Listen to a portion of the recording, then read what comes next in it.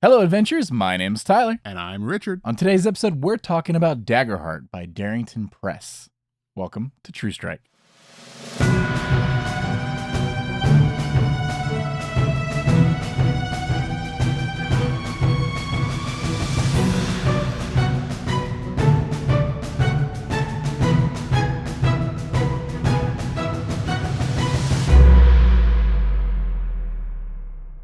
Howdy, folks, and welcome back to the show. The open beta for Daggerheart is upon us. That it is. Boy, do we want to talk about it. Yeah, Daggerheart open beta is out today. We've got our hands on it. Hopefully you guys do too. And today we're going to dive through and look through character creation a bit, going over that and give our thoughts on that. Lots of Daggerheart content to come, mind you. So, buckle up.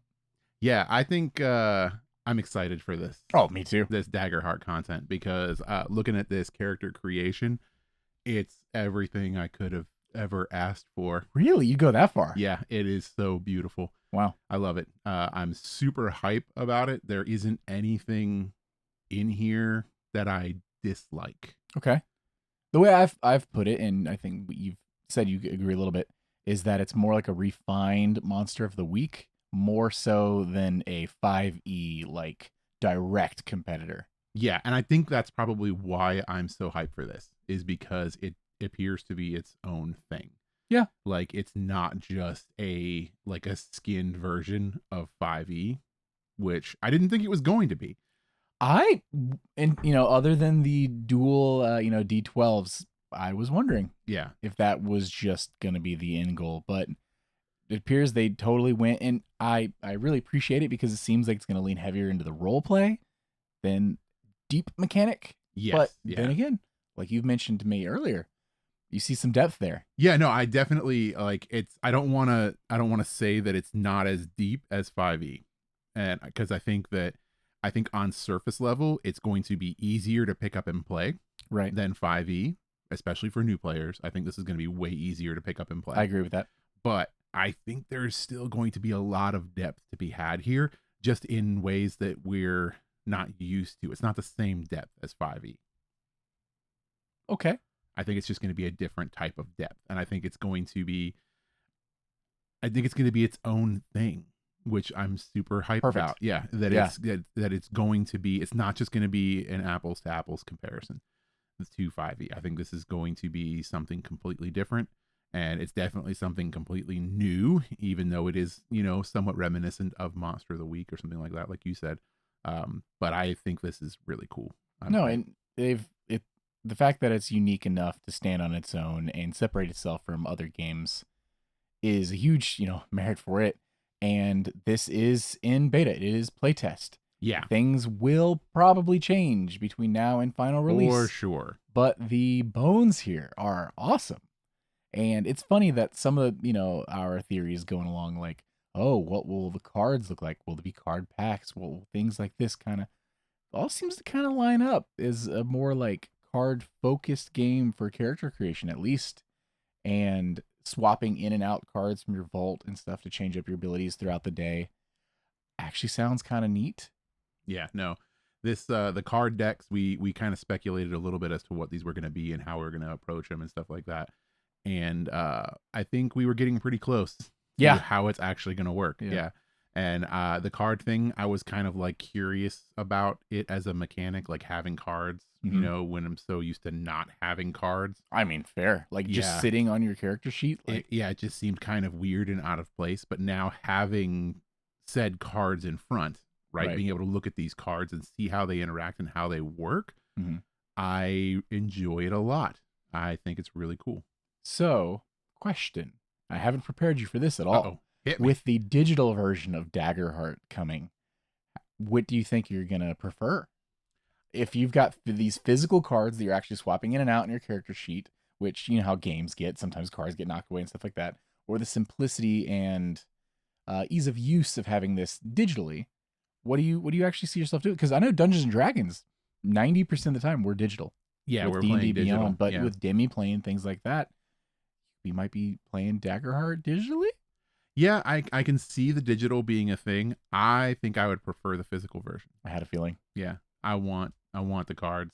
I want to have them on the table. It's intrinsic. I want to have the vault deck. Even when we play D&D with our digital character sheets, we always prefer to roll physical dice, because when I think D&D, the physical nature of it is the dice, where cards are physical. It's a very important part to this game. So yeah, I think I agree with you. Though I'm definitely going to build characters digitally for sure. Build characters digitally. Okay, I can get behind that. But I really want to, I don't know, this particular game seems to speak to me in a different way than Dungeons and Dragons does, which we play Dungeons and Dragons in a specific way. Yes. We always play very narrative heavy. We're pretty decent role players, and that's what we like to do, right? Sure. And it, you know, this I think is going to lend itself better to that, even more so. Yeah. Because it leans into mechanics that we've grown to love from other types of games that are, you know, leaning towards the narrative on things. Mm-hmm. And this just seems like it's going to be a physical tabletop narrative role-playing experience, which is exactly what I want. Right. That's what I'm here for. The fact that there's already some semblance between this and Monster of the Week, which I'm going to keep referencing. I'll try not to reference it every, once a minute or whatever. But I love playing that game. We don't play it enough. If you guys have been listening since last October and we did our spooky month, we actually did a one-on-one game of Monster of the Week, and which I'm a player in. And I love when Richard runs these games. I'm always asking him when the next session of it's going to be. But it's just one of those, like, life is crazy busy. Where do we even fit it kind of things? And man, if this is just a deeper version of that, I'm going to be so excited. Does that mean we're not playing Monster of the Week anymore because we're going to be playing Daggerheart instead? Funny that you say that. I could see a world where, and totally just as a player, you're the one who runs these games, where after we wrap up your story that you're telling, do we go back to Monster of the Week? Because if this fills that void, but in a more, what's the word I'm looking for? Just technically built different in a way you enjoy more. Yeah. Maybe we do this. Because it depends on the game you want to run. Yeah. Are we detectives and, normal people fighting vampires, or are we doing, a more fantasy driven campaign? There's so much. There's not enough time to run all the games that we want to run and want to do. And have full-time jobs. But yeah, I mean, I definitely see Daggerheart in our very near future. Will it replace D&D though? That's a really good question. And it's one that needs to will remain to be seen, I guess, as we'll see. But as it stands, they look like very different games. So yeah, what we have in front of us here today is the beta basically of this game, right? Yep. So we're in open now, so we can now talk about this stuff, and we can go through this. So what we have in front of us right here is character creation. Yep, we wanted to go and step through the 14. Yeah, there's 14 steps to character creation here, which sounds very daunting. Mm-hmm. Oh yeah, it does. And we're going to go through each step one at a time, so you guys can kind of get a feel for what this is and what to expect out of this. Really quick though, I give them props for this, because when I looked at 14 steps, I was like, oof, really? I got to sit here for 14 steps. But it just tiny little pieces of character creation one at a time. It totally breaks apart character creation into easily digestible sentences, and easy digestible tiny steps. Bits. Yeah. Boop, boop, boop, boop, boop, and actually, then you're done. One of the things that you said earlier too, which I want to reference, is the fact that yes, it's 14 steps. Mm-hmm. However, this is 14 steps that can be accomplished by your party in a relatively quick time, I would say.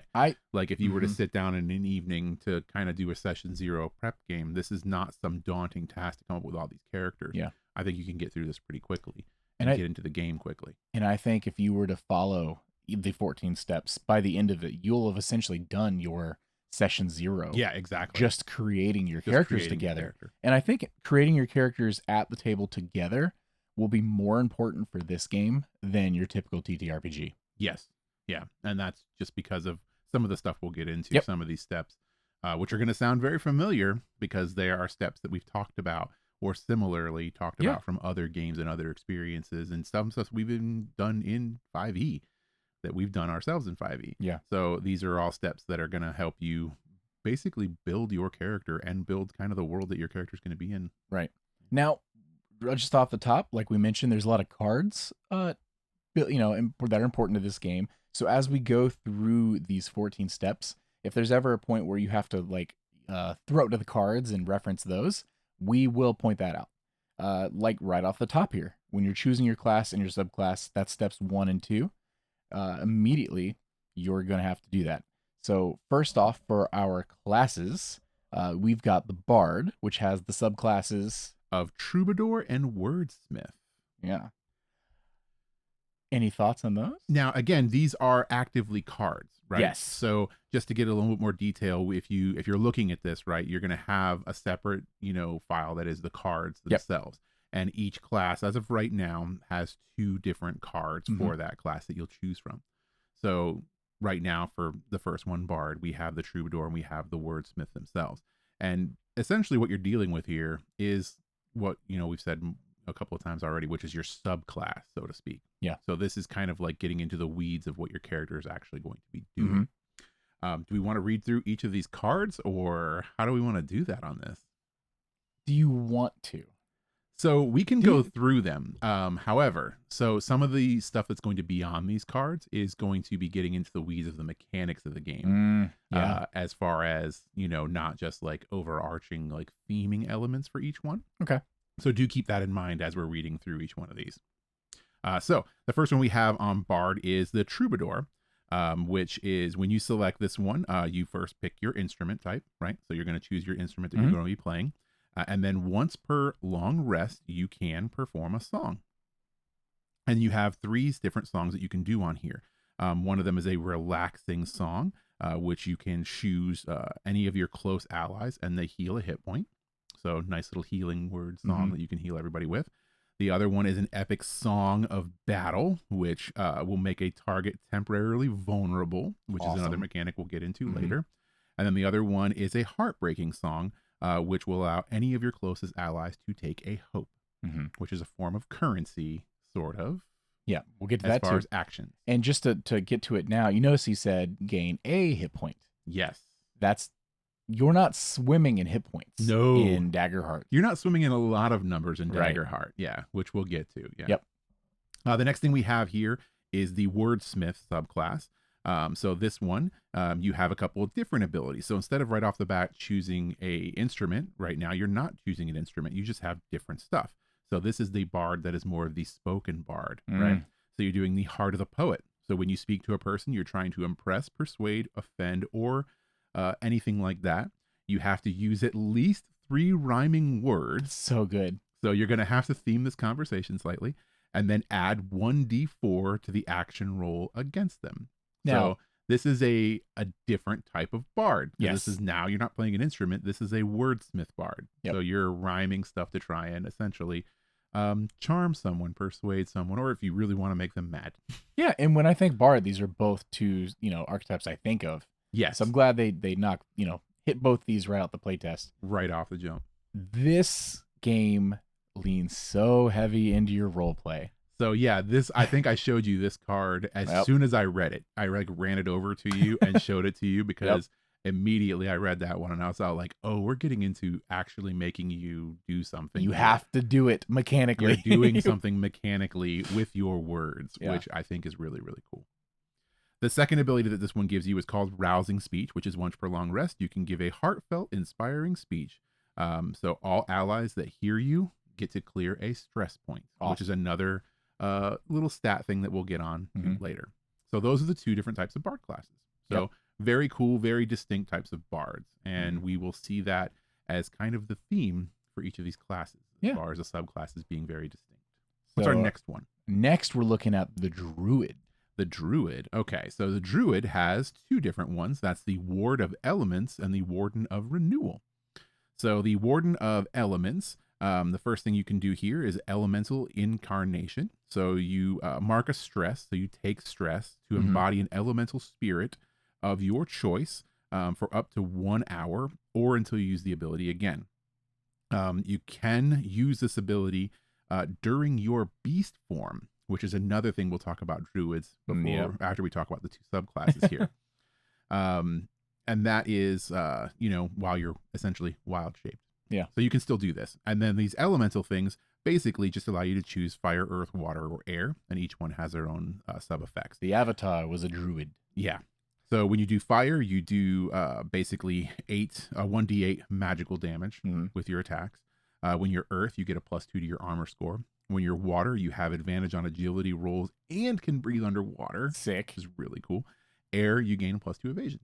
So basically, this is just you embodying a specific element for that moment in time to give you a bonus for whatever predicament you happen to do.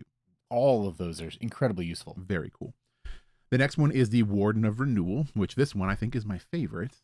So this one right here has an ability called Clarity of Nature. So once per long rest, you create a serene space of natural serenity around you. Aww. So basically, after spending a few moments resting in this area, you get to relieve a stress equal to your instinct trait, which we'll get into later as well.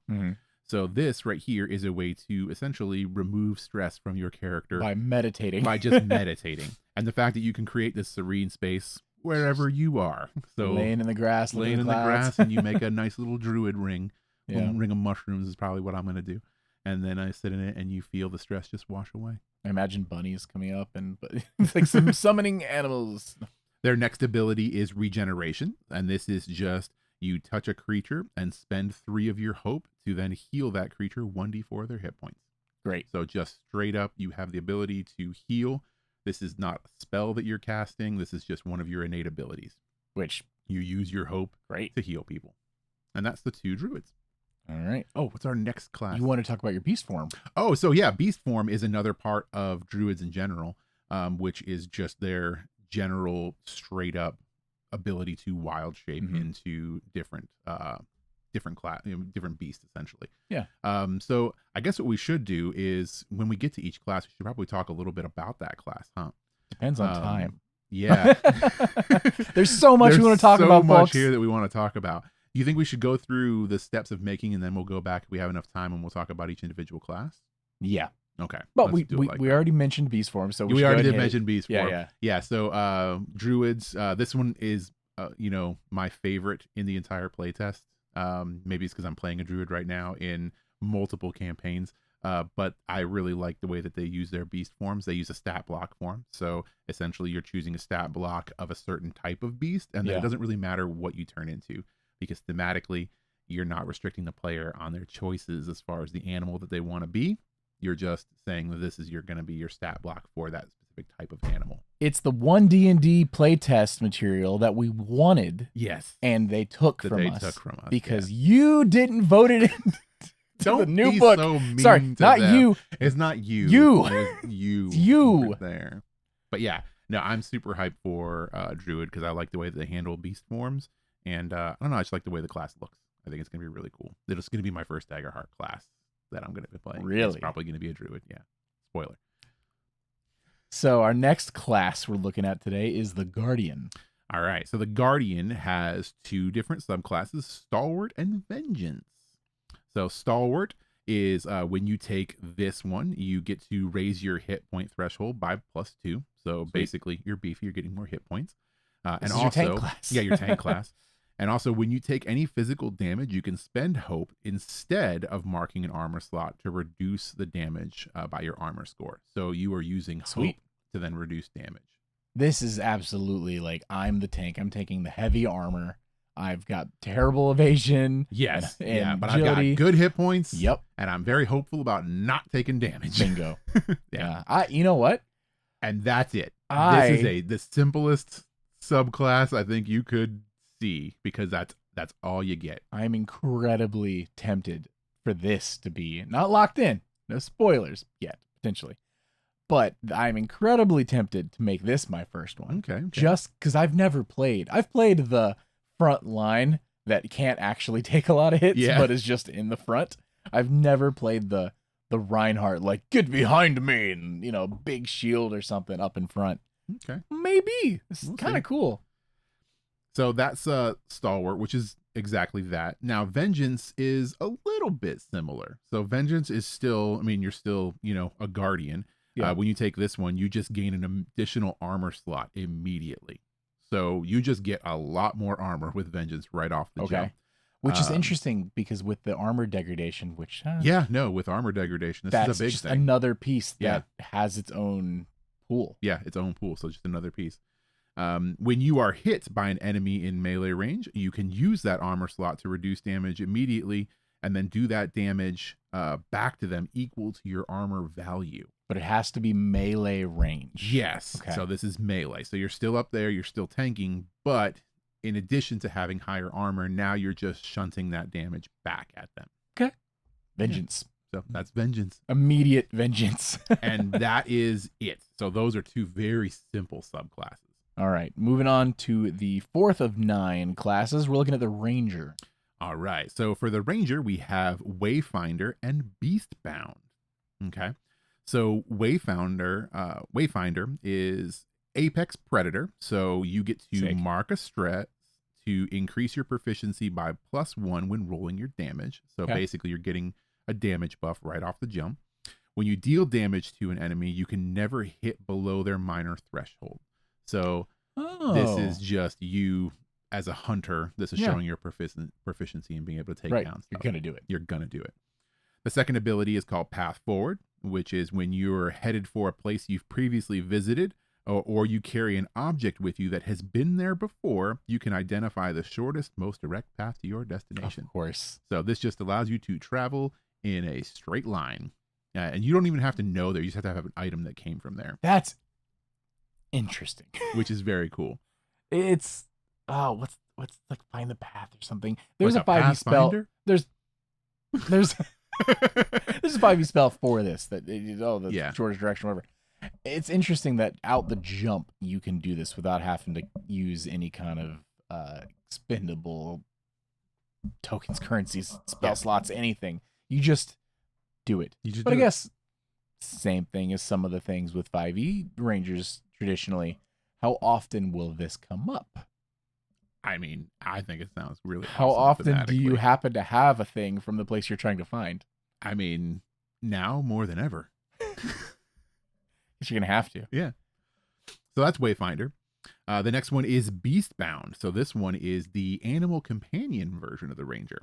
So you have an animal companion of your choice at the GM's discretion. Yeah. So this is the one everyone's going to choose. Restricted. But yeah, you'll be able to discuss with your GM and get yourself an animal companion. Yeah. You take the Ranger companion sheet, which is its own character sheet. And when you level up your character, you get to level up your companion sheet too. Sick. And that is literally it for that subclass. So you don't get any extra abilities or anything like that. You just are getting an animal companion. Get another character. Which is a whole nother character. Yeah. That's going to level and everything like that. Who role plays this character? Do you or does the GM? You, I would assume, unless you have something worked out with your GM. Okay. Yeah. All right. Next, moving on from the Ranger to the other R class, everybody's favorite, the Sneaky Boy Rogue. The Rouge. All right. So I mispronounced it. For Rouge, we have the Syndicate and the Nightwalker. So outside of Druid, these two are my other two favorites. Yeah, these are very awesome subclasses. The Syndicate, because this one is leaning again into role-playing, which I love, and story building. There we go. So the Syndicate is whenever you arrive in a heavily populated town or city, you know somebody that lives there. Oh, yes. So anytime you go there, you just know somebody that lives there. You get to name them. You note basically how you think they could be useful to you being in this city. Mm-hmm. So like they got connections or they have an item that you might want or whatever it may be. And then you choose one of the following list below. They owe you a favor, but they will be hard to find. They're going to ask you for something in exchange. They're always in a great deal of trouble. We used to be together. It's a long story. And we didn't part on great terms. And I love this because it is, again, it's building the world and it's building a story. Yeah. So you get this cool ability of, I know somebody in every large town. However, there's a caveat to that. The game is pushing you to roleplay. The game's pushing you to come up with a story for that. Yeah. And that's literally it for Syndicate, which I love. That is so cool. You don't need any other abilities. That is just the coolest little narrative ability that can actually open up some crazy story moments too, which is really going to be awesome for you and your GM to work out. Oh, yeah, that could come in handy literally every time you travel anywhere. Oh, yeah, anywhere you go. Yeah. Yep. The next one is Nightwalker. So this one is a little bit more roguish. So this one is you can move from shadow to shadow. When you step into the shadow cast by another person or an object or an area of darkness, you can mark a stress to disappear from where you are and reappear in any other shadow you can see within range. Grandma Rosie, so you live on. Yes, basically you are just stepping through shadows, which is really, really cool. I love that ability. I've missed it from Inc. And I can't wait to use it. Although now it's a very tough decision. Would I choose Nightwalker? Would I choose Syndicate? Who can know? Between these two, you Syndicate. Yeah, probably. I'm gonna know somebody. Hey, you're gonna be like, ooh, this would be way more fun and cooler. However, I want to know everybody, and I'm gonna make up some NPCs and force you. GM, you are not gonna be able to keep up with me. All right, what do we got next? Oh my goodness. Seraph is our next one, which not seeping. Oh yeah, no, autocorrect did not want to write Seraph. Yeah. So Seraph, we have Winged Sentinel and Divine Wielder. Already sound crazy awesome. So Winged Sentinel is you can spend a hope to take flight during your next roll with fear. So we'll get to that when you get to rolls too. But basically, it allows you to fly. While flying, you deal a 1d8 extra damage with any weapon attacks that you make. And you can expend additional hope to pick up and carry another creature that is approximately same size or smaller. So this is exactly what it says, Winged Sentinel. Yep. It allows you to fly and get a damage buff and pick people up. And it's simple enough that this is what you do. Yeah, this is what you do. In a couple of sentences. Here you go. Yeah. Do you want these abilities? If not, here's this other one.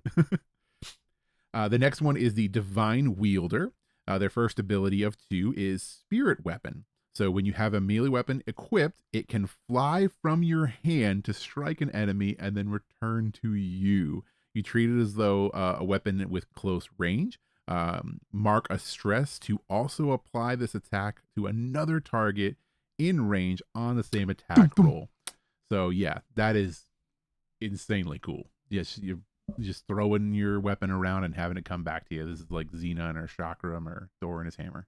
I was going to say Captain America and his shield. Captain America and his shield, yeah. The next one on here is Sparing Touch, which is once per long rest. You can touch a creature and heal 2 hit points or 2 stress.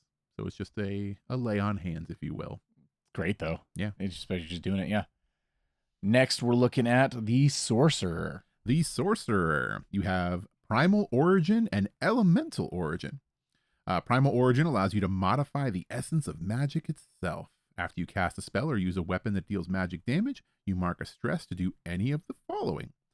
First is extend its range or reach by 1 range. Second is add 2 to the action roll result, so you can buff it. Third is re-roll any of the number of damage dice. So you can just re-roll the damage dice on this thing if they're good or bad, I mean. And then the last is hit an additional target within range. So you can fork the spell, which is really, really cool. Great. Yeah. Twin spell it. The next one is Elemental Origin. So this one is your Elemental Origin lets you manipulate and shape certain kind of elements. You choose one, so you choose water, fire, air, lightning, or earth. You can channel that element into unique harmless effects. So you can add a hope to describe how you control this element to help a current action. So you either add a +2 to the action roll or a +3 to the damage roll, essentially.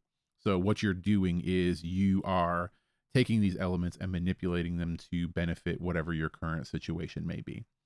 So like something like an action roll, if you were doing something water related, like say you were trying to move a boat in a direction, like a dinghy, and you wanted to do an action roll to move that boat, you can control water to give yourself a current to move the boat. Yeah. And you get a + to that roll. Sweet. Pretty cool. What's our next class? Next class, we're looking at the Warrior.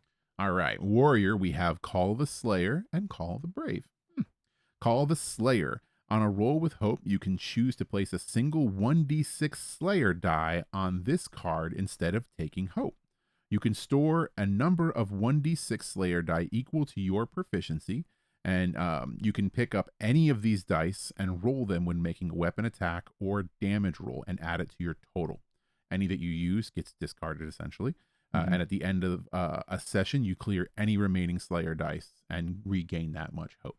And I assume, so basically, you use that hope to build extra damage that you just stack on your card until you use, or you end the session and convert it back into hope. Now, I assume you have to choose to use this before the roll, right? Like I would assume so. Yeah.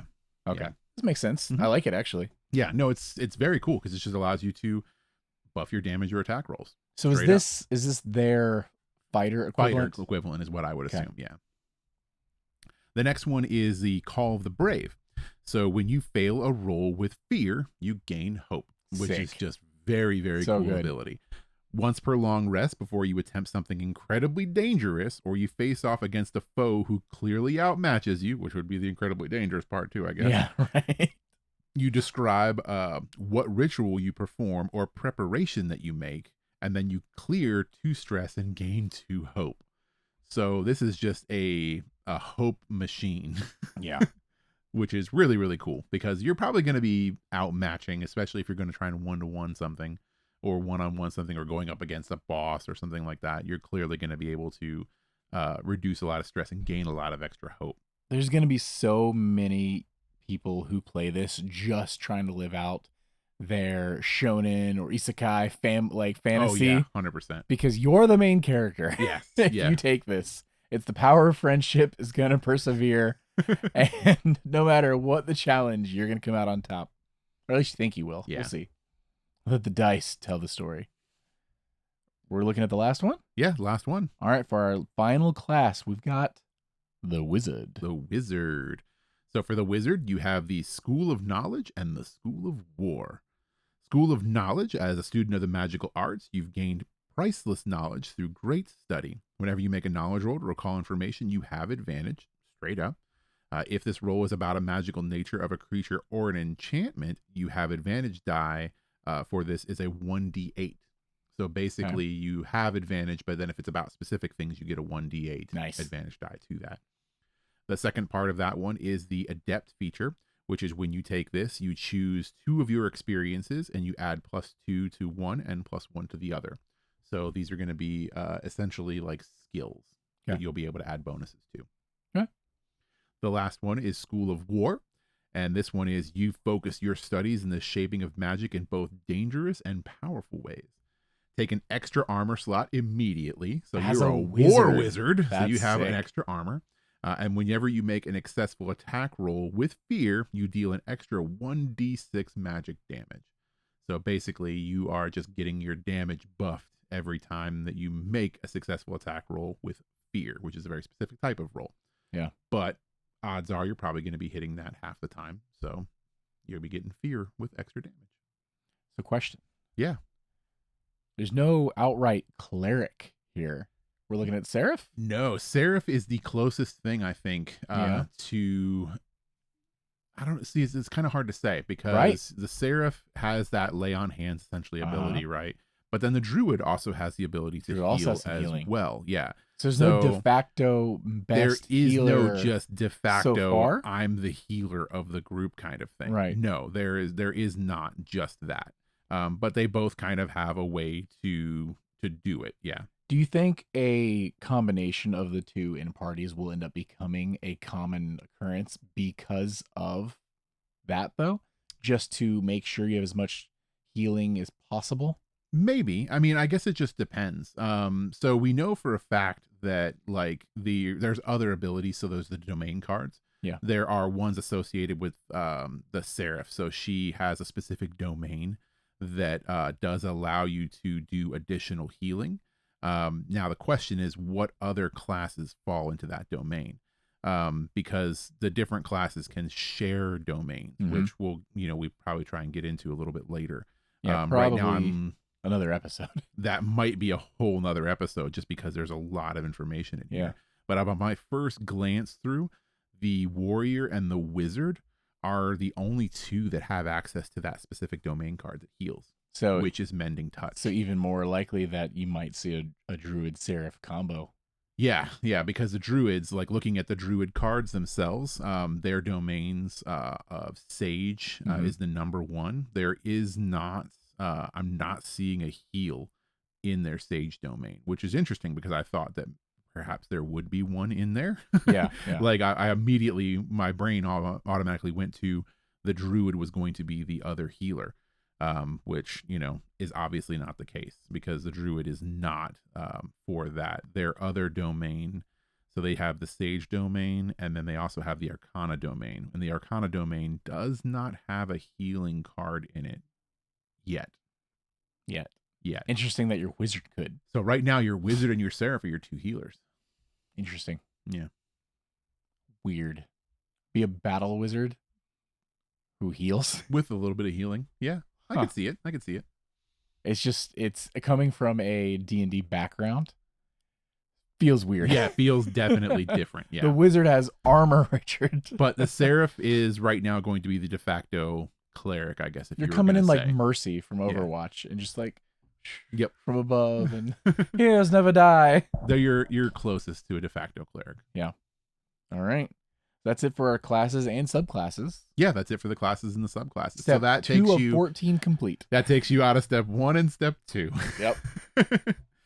So step 3 now is the heritage, right? So heritage is made up of both ancestry and a community card. So these are 2 new cards that you're going to pull. Yep. So these are all terms that we're not familiar with, right? So community, the closest amalgam to that in D&D would be your background, right? And then ancestry is going to be species. Yeah. So that's the closest that we're going to be getting there, essentially. So as far as communities are considered, there are currently 9 communities, right? 6, 7, 8, 9. Yeah, there's 9 communities that you can choose from here. Okay. You want to just go through each one of them? I was going to say, do we... Yeah, let's do it. Okay. So the first one is the highborn. So being a highborn means you're raised essentially as, you know, elegance and opulence, right? Perfect. So you get an inheritance. So you get advantage on any rolls when consorting with nobles, negotiating prices, or leveraging reputation to get what you want, and you get extra money. Let that sink in, though. Yeah. This is more than just a background that like sounds really cool that you get a couple, maybe a cantrip or maybe, you know, different items to start off the game with. There's actually a mechanical advantage depending on the setting or who you're talking to. Oh, for sure. Especially if you're in an area where there are going to be any nobles or anything like that. Right. You're definitely going to be using this ability. And you're going to see that theme through each one of these. So every single one of these is going to not just be a background for flavor or fluff. It's going to give you something. Yeah. The next one on the list is the Ridgeborn. So being part of the Ridgeborn community means that you were raised in rocky, dangerous cliffs, mountainsides, you know, rocky peaks, that sort of a thing. You're the Outlander. Yep. Your ability is steady. You have advantage on traversing dangerous cliffs and ledges, navigating harsh environments, and survival knowledge. You also get a plus to your armor score, +1. Which is great. Yeah. So it could have just given me the advantage to the environment based off of my, you know, background, your and background, how I grew up. Yeah. The armor is just even better. Yeah. Or awesome. Icing on the cake. I didn't even ask for that. They're just giving it to me. The next thing we have is the Seaborn community. Being part of the Seaborn means you grew up on the water or near the water. Sweet. So you have Safe Harbor. So once per session, when you take a short or a long rest, you can take 1 additional downtime action. So you're really good at resting. You get more actions during downtime. Per session, not day. Yes, per session. Interesting. Yep.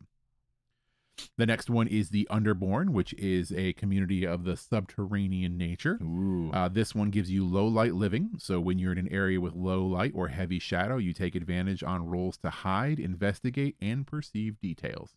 So your eyesight is better because you've lived in the dark and you're better at hiding in the dark. But no disadvantages in the light. Nope. No disadvantages in the light. This isn't the Underdark, folks. No. The next one is the Wildborn. So this is the outside livers. You are, you know, deep in the forest, basically. This is your druid. You have Lightfoot. Your movement is naturally silent. You take advantage on any action rolls that make you move without being heard. And spending a hope will also grant you this an ability to an ally that is very close range to you. So I like that that's shareable. Yep, you can share your light-footedness to people that are nearby. Another thing, this game has a lot of this where you can spend your hope dice and things to benefit your allies. Yeah. The next one is the Loreborn. So this means you were brought up in a place that was very academic or political. And your ability would be well read. You have advantage on any roles that you make that deal with history, culture, politics, or a prominence of a person or a place. Mm-hmm. So you know a lot of high culture and history. As you should. As you should. Yep. The next one is the Order-born. So this means that you were raised in a place with great discipline or faith. And those were, set your principles that reflect your upbringing. Here's your Seraph. So you are dedicated, which means you record 3 sayings or values your upbringing instilled in you. Once per short rest, when you describe how you're embodying one of those principles through your current action, you may roll with a D20 as your hope die instead of a D12. Wonderful. Which is wonderful because basically that's like you coming up again with more narrative stuff. So like you want to narrate why your principles make you take the action that you're taking right now. Yeah. And in doing so, you're being rewarded with a D20 instead of a D12. Do you think it's by chance that there's 9 classes and 9 communities? Some of these line up pretty easy. Well, yeah. But, obviously it could go either way, depending on how you want to flavor out your character. The next one we have is the Wanderborn. The Wanderborn means that you were raised as a nomad, so you're basically a wandering culture. Okay. Your first ability is Nomadic Pack. You add a Nomadic Pack to your inventory, so this is an actual pack that you have. Once per session, you can spend a hope to reach into this pack and pull out a common item that is useful to your current situation. Amazing. Which is just a narratively crazy cool. A bag of many things. You just got a bag of just random crap. This is like the woman with the gigantic purse that you're looking Mary for Poppins, something. y'all. Yeah, and she was like, "Oh wait, hold on, I have that in my purse. Just give me a second," and then literally just pulls whatever you need out of the purse. It's getting kind of rainy. Umbrella. Yeah, I've got an umbrella in here. Weird, right? Very, very cool ability. The last one is the Slyborn. So these were grew up in the underbelly of society. Rouges, perhaps? Surrounded by criminals and con artists. The ability here is Scoundrel. You have advantage on any rolls where you're negotiating with criminals, detecting lies, or finding a safe place to hide. So all rogue stuff. Yeah, this is just rogue. Just rogue. Yep. And those are your communities. So you'll pick one of those communities for your character. The next thing that you'll pick is going to be your ancestry, which is, in short, your species. Now, this is a long one, so settle in. We've got a decent amount of species here to choose from, and each one has its own ability, which, we know that coming from pretty much any game, every species has like their own unique thing that goes with it. So yeah, these are them. We'll begin with the Clank. Clanks are sentient mechanical beings built from metal, wood, clay, whatever they are. They're made to resemble humanoids, animals, or even sometimes inanimate objects. So this is your robot class. If you've played the Ratchet games, you know who you are. You know who Clank is, yeah. So their ability is purposeful design. You decide who you were created by and for what purpose. So what's your purpose as a Clank?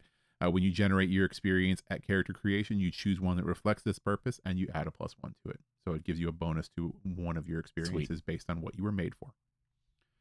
The next one is the Demon. So they are a humanoid descendant of the fallen gods. So they are your more tiefling looking class. So they've got the horns, they've got the tail, the purple skin, the red skin, whatever you might be. They are fearless. So when you roll with fear, you can choose to mark a stress instead of the GM gaining that fear status. Nice. So this is a way of withholding currency from your GM. They also have the Dread Visage, which is when you have advantage on rolls to intimidate other non-demon creatures. So basically their horns and their tails and their purple skin makes you scary. It is interesting that you have the ability to withhold a currency from your GM by taking that pain. Yeah, by taking yourself. Pain. Yeah, you take the pain upon yourself. Yeah, it's really cool. Yeah, heck yeah. Next species is the Dracona. So there are basically dragon ancestry species. So they are dragons in humanoid form. They possess a powerful elemental breath. Surprise, surprise. Whoa. These ones have tails? And they're wingless. It doesn't say whether or not they have tails, but we'll assume that they have tails. Well, I mean, they don't in the other ones, though. So their first thing is elemental breath. So at character creation, you choose basically one of your elements. So fire, ice, lightning, poison, or acid. What you can do is you can spend a hope to make an attack roll against an enemy or a group of enemies within close range, and you deal 1d8 magic damage to all enemies that you succeed against. Sweet. So breath weapon. Dragon. You did it. Next one is dwarves. We all know what dwarves are. Dwarves are your traditional fantasy dwarves. You get increased fortitude. Basically, whenever you would take physical damage, you can spend 3 hope to only take half that damage instead. So resilient little dwarf. 3 hope, though. Yeah. Interesting. Next thing we have is our elves. Again, our typical elves, tall humanoids with pointy ears. They get celestial trance. During a long rest, as one of your actions, you can choose to drop into your trance form. And when you do, you roll a number of d8 equal to the stress that you have currently marked, and you clear all stress. If any of these dice have matching values, you also clear all hit points. So your trance allows you to clear stress and heal. That's which awesome. Is really, really cool. The next one we have is the fairies. So they are short-winged human creatures with insect-like features, which sounds really awesome. It's a very cool looking ancestry. I love it. So they, as aforementioned, do have wings. So their first ability is wings. You can mark stress to take flight until your next roll with fear. So you're able to fly. While flying, your invasion score increases by 2. They also have Luckbender, which is once per session. After you or an ally in close range makes an attack action, you can mark stress to re-roll one of those duality dice. Awesome. And if you do, you take that. So you can allow yourself a re-roll because of luck. The next one on here is the Fawn, which are the goat humanoids. The fact that they're just launching with all of these. Yes. So cool. This is insane. So the Fawn is your goat humanoid. So you have curved horns, the square pupils. Man, I can't speak English. And cloven hooves. So this is the full-on goat people. They have the ability to headbutt. So you can give the GM his fear currency. So you can give the GM a fear to allow you to headbutt an enemy in melee range. So you do 1d8 direct physical damage with a headbutt. Yeah. And all you got to do is pay the GM 1 fear. Kind of cool. Pretty sick. The next one we have is the Furbolgs, which are the cow humanoids. So they resemble cows with the, big broad nose and the long floppy ears. They have natural calm. Whenever you should mark a stress, you roll the 1d6 on a 6. No stress. This feels like they just asked the cast of Critical Role what they would want to play as what in you this would game, play and as. they were like, all these, and they're like, done. Yeah, done. We got it. The next one is the Fungril, which I read when I first did this beta as Fun Girl. And I'm like, what's the Fun Girl? But no, they're the Fungril, which are the fungus folk. And could be a fun girl. They could be a fun girl, yeah. So they're fungus people. Theirs is always connected, which is just hilarious. It's just a cool ability. To speak with other fungril across distances and access hive mind information. You make an instinct roll. At character creation, you describe what ritual you do to make this connection. So basically, you come up with an idea thematically of what your connection looks like. But then at any time you make an instinct roll, you can talk to fungril everywhere. This is so fun and potentially very powerful for an innate ability. But it's really cool for moving the plot along or figuring out like puzzles you may be stuck on, not only for the player, but for the GM. Yeah. To feed you information. Yeah, from a fungus from across the world. Yeah. Yeah. And like, hey, guess what? There happens to be someone, a fun girl over here that witnessed this thing. And you're like, hey guys, guess what? Cool. It's sick. I love that. I like it a lot. The next one we have is the Galapa, which is our giant anthropomorphic turtles. So this is our turtle species. This is the turtles. Yep. You have Shell of Protection. The shell on your back always protects you. Add your proficiency to your armor score. So you just got a nice hard shell that you can use as armor. The next one we have is the Giants. So these are the tall humanoids. They can have 1 to 3 eyes, which I think is really cool. So you can 1 have to 3. 1 to 3 so eyes cool. as your giant. And it's just a little bit of flavor, which Does it I say where the love eyes that. have to be placed? No, it just says you can have 1 to 3 eyes. Yeah. Love it. They get endurance, which means you gain additional hit point slots at character creation. So you got more hit points. They also have reach. So any melee weapon that you wield has its range increased. Anything about like large creature instead of like, 5e, they make sure all PCs are small or medium. Yeah. Anything in there about? No. Okay. That's it. Interesting. Yep. Yeah, just that. The next thing we have here is goblins. So tiny little goblins with the big old ears. They get danger sense. Once per short rest, you can mark a stress to make the GM reroll an attack roll. Ooh. If it still hits you, reduce the incoming value by your proficiency. So you make them reroll it. You make them reroll even it. If they hit you and again. even if they still succeed, you're still doing something to them. Love it. Yeah, which is really, really cool. Next thing you have is the halflings. They have little lucky. And that means at the beginning of each session, you give everyone in your party a hope. Aww. You may always re-roll a 1 on your hope die. If you do, you take the new result instead. They couldn't change halflings. They just had to take. They just made them. That's just the way they are. Halflings just are the way they are, okay? They're just lucky. They're just lucky. The next one we have is human. Just humans. Like me. Yep, just humans. I'm this class. They species. get perseverance, which means when you fail a roll that utilized one of your experiences, you can spend a hope to reroll. Straightforward. Same ancestry, fam. Yep. Next thing we have is the Qatari. So these are the cat folk with the fur and the ears. Boots, the fur. They get feline instincts. On agility rolls, you may mark a stress to reroll your hope die. If you do, take the new result. So they can take stress to reroll their hope. Interesting. For agility stress stuff. lets you reroll one of your dies. Yeah. Okay. Next thing we have is the orcs. So these are the boar-like tusk fellows. They have sturdy. When you should mark an armor slot, roll a d6 on a 5+. You don't mark the armor slot, but still reduce the incoming damage by your armor score. That's really cool. Yeah. Orcs know how to use armor. Right. Yeah. That's neat. Heck. Neat. The next one is arguably my favorite species. I'm already like building characters. You're building an orc character? Yeah.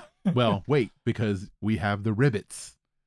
These are the frog people. So they're anthropomorphic frogs with giant eyes and webbed feeties. They are awesome. So they get amphibious, so you can breathe and move underwater just as easily on land. So you're frog in water, frog out of water. Right. Then you also have your long tongue. So you can use your long, powerful tongue to grab onto things close to you. You can also mark stress to unleash it as a weapon that does 1d12 physical damage. God. So you can just whip people with your tongue, or you can just grab stuff. You hear that, Watsy? If you're not going to make the grung official. It doesn't matter. We got ribbits now. We got ribbit. Yeah, I'm going into the bar. The bar keeps going to slap my drink down on the table. I'm going to snatch it off the table with my tongue. Daring to press beat you to it. You guys had it. You could have done it. They did it. All right. The last one we have in Ancestry is the Simia, which are monkeys and apes. So you have a prehensile feet and you got a nice little tail as well. So there's some monkey class. They get nimble.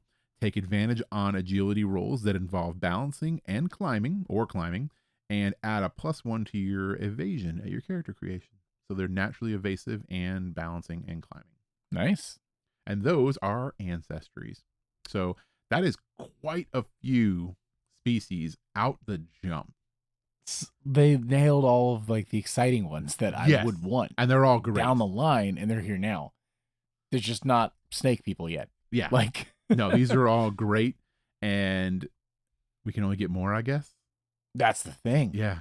Are we going to get card packs that have more of these? Oh, absolutely. Yeah, that's what we're going to get. This is fun. Question, Richard. Yeah. We're on step 3 of 14. Oof. And we are roughly 50 plus minutes into this episode. Oof.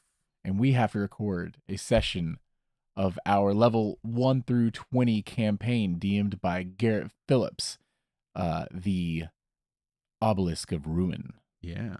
We have to get to that in about 25 minutes. Would you prefer that we briskly get through the rest of these? Or would you like to revisit this after maybe hitting a couple more of them? Would you like to revisit it in the next episode? So I think that we should really quick just kind of go through top level and we talk about these other ones. We don't have to go into in depth as any of these, but we can talk about finishing off character creation. Because we hit the big things that I was excited about, right? Richard, there's no time to talk. Which was talking about we have to go through these. Step 4. So we're gonna rapid fire these extra steps for you here, and then we're gonna go through this in more depth in a later episode. Next episode we'll touch more on these. I'm gonna do number 4 because I've been looking forward to this the most all game. This can take me 30 minutes to get through just this one. Go for it. This is where you set your traits and your evasion, right? You get the values, preset values. You're not rolling for these. You've got a -1, a 0, another 0, 2 +1s, and a +2. You assign these to your traits, your ability modifiers essentially, and these are your stats. You're not rolling to make these better. You can get like armor and things that adjust these, and the character abilities with your species and stuff like that, of course. But here it is. This is one of the reasons I think character creation for this game is gonna kind of speed along, and you could knock this out in like an hour with the whole group. Yeah, because it's like Monster of the Week. You're slotting in some modifiers, and that's what you need. That's what you got, and that's what you need. Yep. And then you put in your thing here. Number 5. Number 5 is you set your thresholds in hope. So each class will start with its own damage thresholds, which will detail on the character sheets. And then you record those in the appropriate spaces. Then you take 2 hope to start the game. So you start your game with 2 of your hope currency. Then next, for step 6, you choose your starting weapons. You pick what kind of weapons you want. We'll go through the weapons on a future episode. Yes, weapons are something else. There's some really cool awesome, stuff, but there's no time to talk about them. Warren's talking about in detail, but we're not going to right now because we're going to talk about starting armor, which again, you choose your starting armors and you record those details in the appropriate spaces. We'll talk about those in the same episode. We talk about the weapons. Are also very cool. They're not as in depth because basically we have leather armor, breastplate, chainmail, and full plate. That's it. He's opened Pandora's box. I have a lot to say about this. It's much more in depth than he's making it, but I'm not going to say it yet. But it has to do with the buffs and banes and everything. Number 8 is you take your starting inventory, which is listed on your class's character guide, and you record those inventories on your character sheet. So and it's super easy. Inventory. You literally just go through thing, you pick your class, and whoop, it's all just written there. You just add it. Yep. Number 9 is choose your description.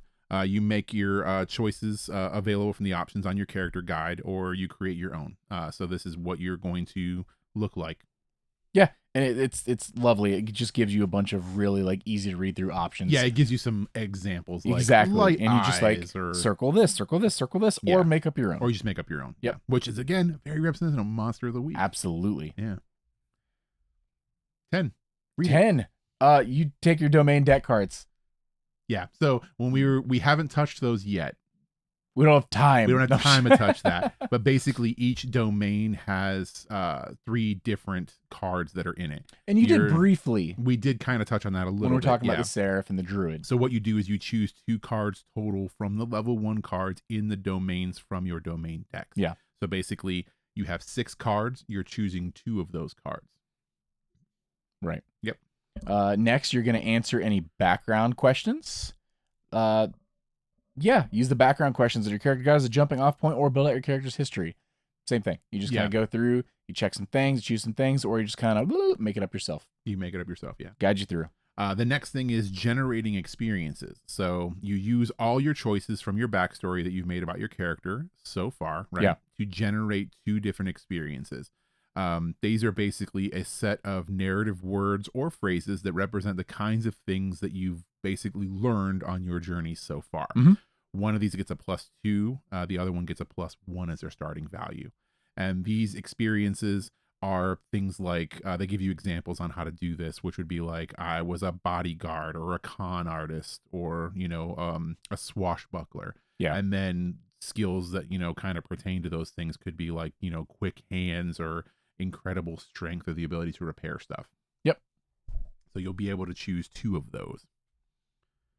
Next one is record your name and pronouns. So that's giving yourself your name and what pronouns you prefer to use. Yep. That goes on your sheet. Important, but easy. And then the final step, 14, is to create connection. My favorite step of every single one of these things, the thing we took from Alice's Missing, and we put it in our session 0s of our D&D games. And now it's here in Thank you, this Spencer character Stark. creation. Thank you, Spencer. This is such a great thing. we've doted on this specific thing in so many different episodes because it's one of the things we love the most.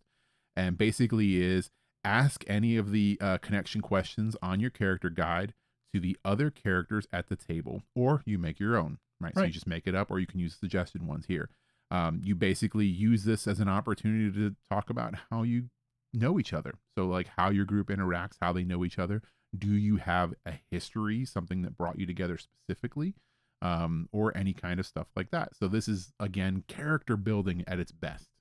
Yeah, it could be things like, hey, Richard, I would like to set this up with you where your character briefly held my hand recently. Why? Yeah. It could be anything. It could be comforting. It could be an affection. It could all kinds of things. You write that little blurb in, but it's something you both share as connection. Or, hey, Garrett, why does your character, I overheard you talking negatively about me behind my back. What would it be about?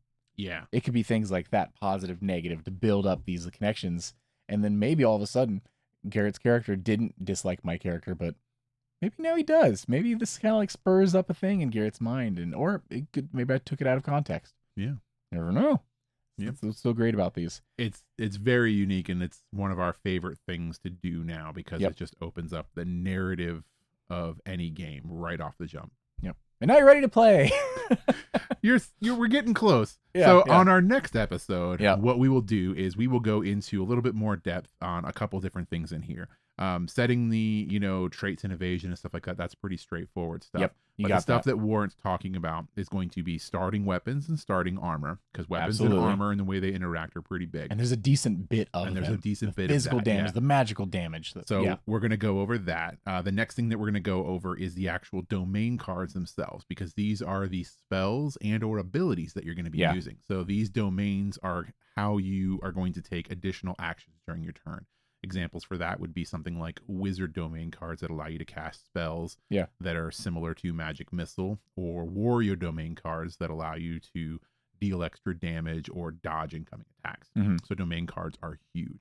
And then the next thing that we'll actually get into is the play guide itself, which is talking about the action rolls, the damage rolls, the use of armor, and the way you interact with rests.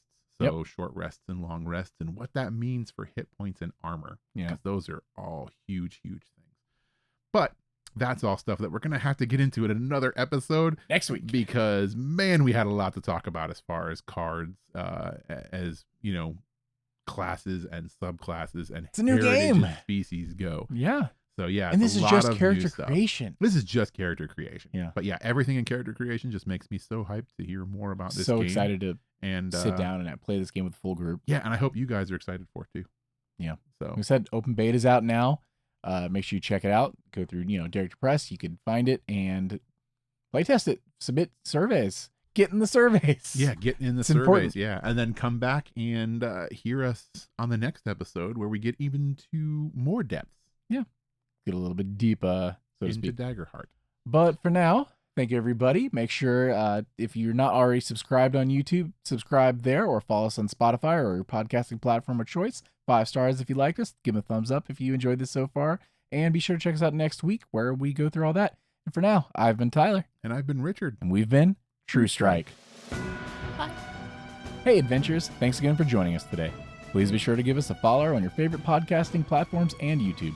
If there's any questions you'd like to write into the show, you can hit us up on X, Threads, or Instagram. New episodes release every Tuesday at 2 p.m. Eastern. Thank you for listening to True Strike.